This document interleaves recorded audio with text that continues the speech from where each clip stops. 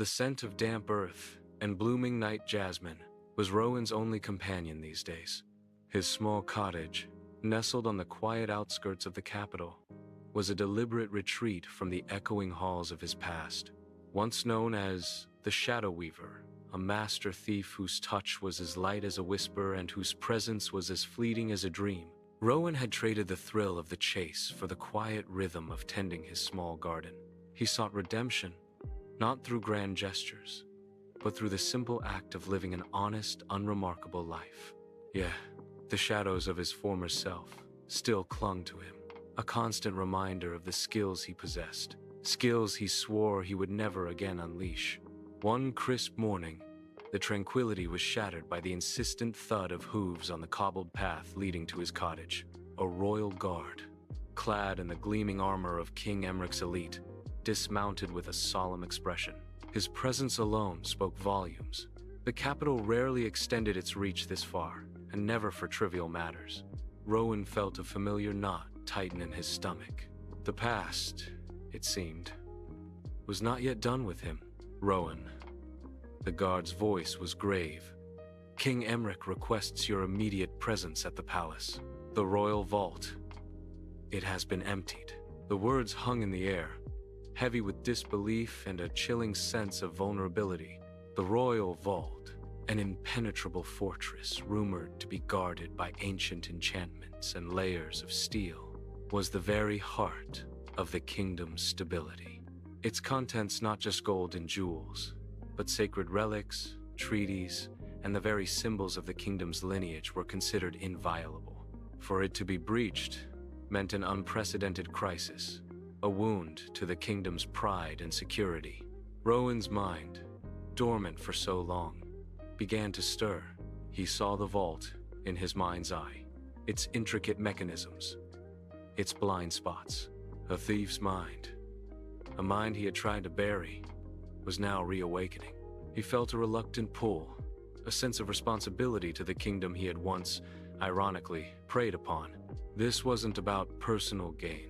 It was about a deeper threat, a disruption of the delicate balance he now cherished. Upon his arrival at the palace, the atmosphere was thick with panic and hushed whispers.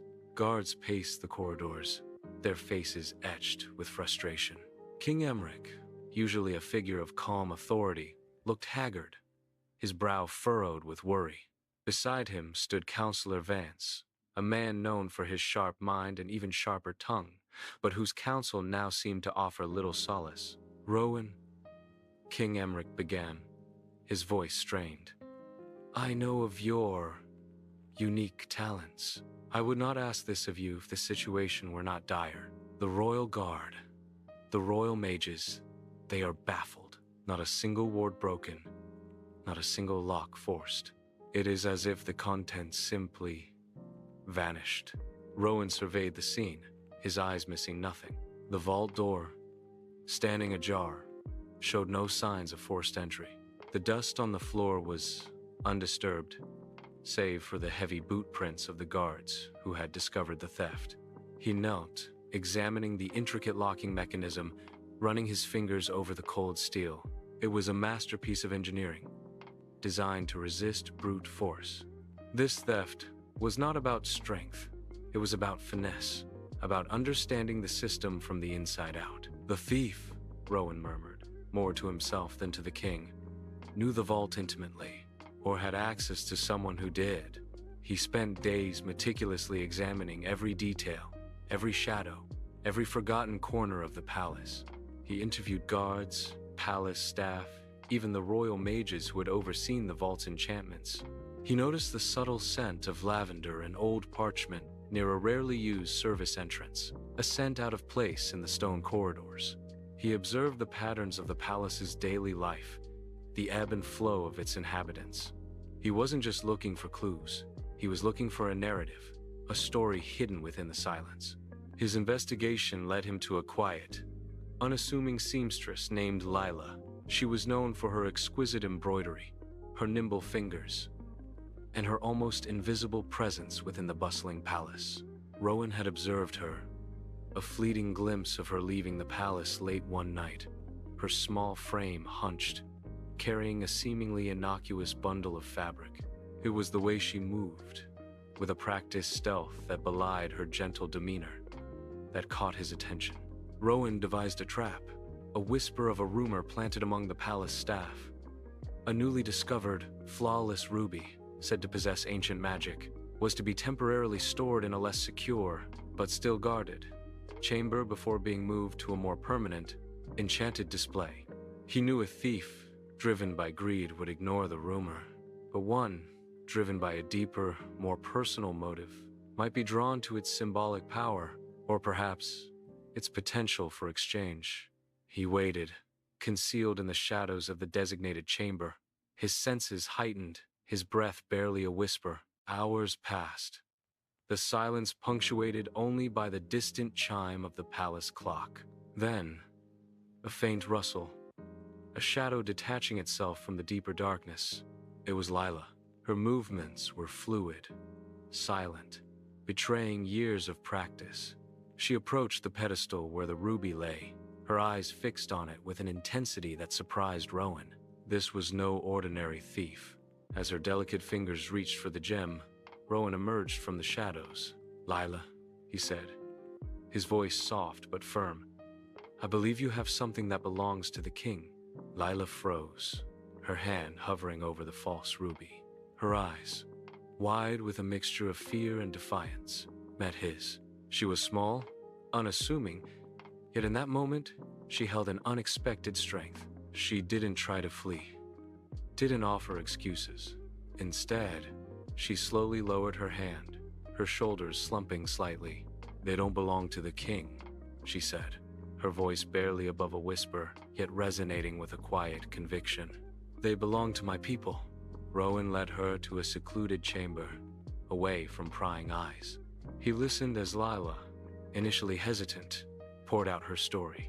She spoke of Eldoria, her forgotten village, nestled deep in the valleys, far from the capital's gilded streets.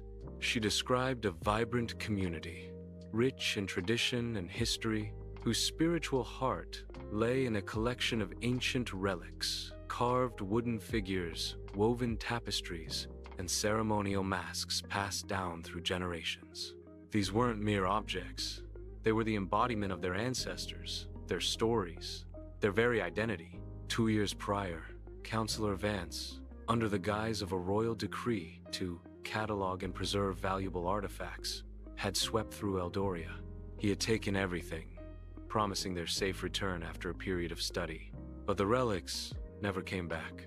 Instead, they appeared, one by one, in the royal vault, relabeled as royal acquisitions or gifts from distant lands. Vance had dismissed the villagers' pleas, their letters, their desperate journeys to the capital, with a wave of his hand, claiming they were unimportant trinkets and that the king had rightful ownership. Lila, a seamstress who had often been tasked with mending the royal tapestries, had overheard conversations, pieced together fragments of information. She had seen the relics, her village's soul, locked away in the vault, gathering dust.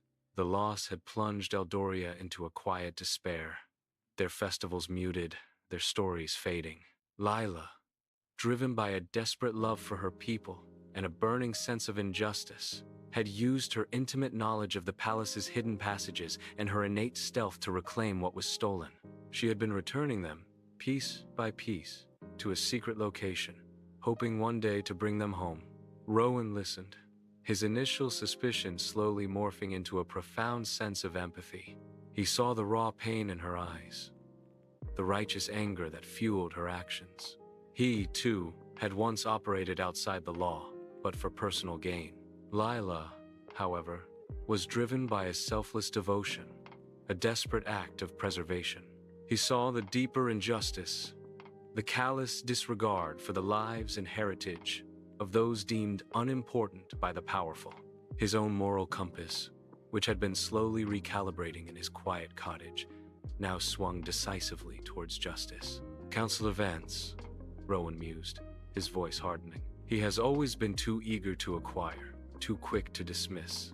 Exposing Vance, however, would be no easy feat. The councillor was a master manipulator, his reputation unblemished in the king's eyes. He wielded considerable influence, and any accusation from a former thief and a palace seamstress would likely be dismissed as a desperate fabrication. They needed irrefutable proof, something that would cut through Vance's web of deceit. Rowan, drawing upon his forgotten skills, began to work in the shadows once more, but this time with a new purpose. He moved through the palace's hidden passages, listening, observing, gathering fragments of information. He discovered Vance's secret ledgers, meticulously detailing illicit trades of royal acquisitions for personal profit, the names of various merchants and nobles involved in his schemes. He found correspondence, signed by Vance, dismissing Eldoria's pleas with contemptuous remarks. Lila, emboldened by Rowan's support, provided crucial details about the specific relics, their provenance, and the dates of their acquisition, details that would expose Vance's lies. Their plan was audacious, risky.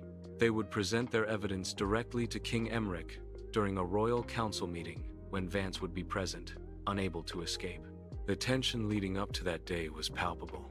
Lila, usually so quiet, found a newfound courage. She practiced her testimony, her voice growing stronger with each recounting of her village's plight. Rowan, ever the strategist, anticipated Vance's every move, preparing counter-arguments for his inevitable denials. The day of the council meeting arrived, heavy with unspoken expectations. King Emric sat on his throne, flanked by his advisors, including a confident, almost smug, Counselor Vance. Rowan and Lila stood before them, a stark contrast to the opulence of the court, a former thief and a humble seamstress, holding the fate of a powerful man in their hands. Rowan began, his voice calm and measured, laying out the evidence piece by piece, the inconsistencies in the vault's inventory, the unusual acquisition dates, the forged royal decrees. He presented Vance's secret ledgers, their damning entries illuminated by the morning light streaming through the palace windows. Lila then stepped forward, her voice trembling slightly at first, but gaining strength with every word. She spoke of Eldoria, of the sacred relics, of the despair that had settled over her people. She described the specific details of the stolen artifacts, details only a true villager would know, details that Vance had dismissed as unimportant trinkets. Vance, initially arrogant, attempting to dismiss their claims as slander, found his composure cracking under the weight of the evidence. His face, usually impassive, contorted with anger and fear. He stammered, tried to discredit Lila, to accuse Rowan of conspiracy, but the evidence was overwhelming, meticulously gathered and presented. King Emric, his face a mask of shock and profound disappointment, listened intently. He saw the truth in Lila's tear-filled eyes, the undeniable proof in Rowan's hands. Counselor Vance, King Emric finally declared, his voice echoing through the stunned chamber. Your actions are a betrayal of my trust, a desecration of our kingdom's values, and a profound injustice to my people. You are hereby stripped of your title and will face judgment for your crimes. The relief that washed over Lila was immense, a wave of emotion that brought tears to her eyes. Justice, long denied, was finally served. Vance was led away, his once proud demeanor shattered. The king, humbled by the revelation of corruption within his own court, vowed to personally oversee the return of Eldoria's relics and to ensure such injustices would never happen again. Days later, Rowan and Lila journeyed to Eldoria, accompanying the royal convoy laden with the returned relics. The sight of the villagers, their faces etched with years of quiet suffering, erupting in joyous celebration as their sacred artifacts were unveiled, was a moment Rowan would never forget. Children danced, elders wept with relief, and the air thrummed with renewed hope. Lila, embraced by her community, stood tall, a quiet heroine who had risked everything for her people.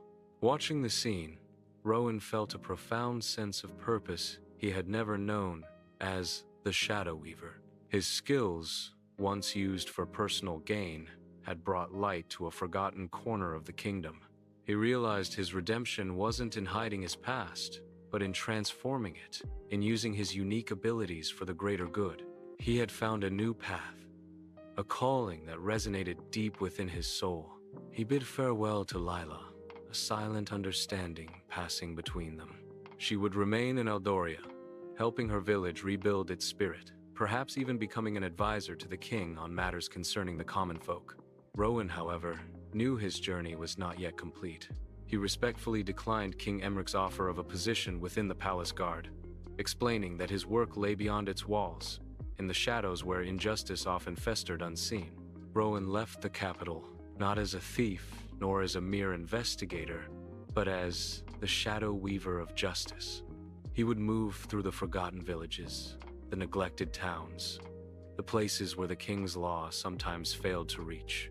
He would be a silent guardian, a whisper of hope for the voiceless, using his unique talents to expose corruption, to right wrongs, and to ensure that true justice, born of compassion and courage, prevailed. His past was no longer a burden, but a tool, honed in the shadows, now wielded for the light, forever bound to the promise of a better, fairer world.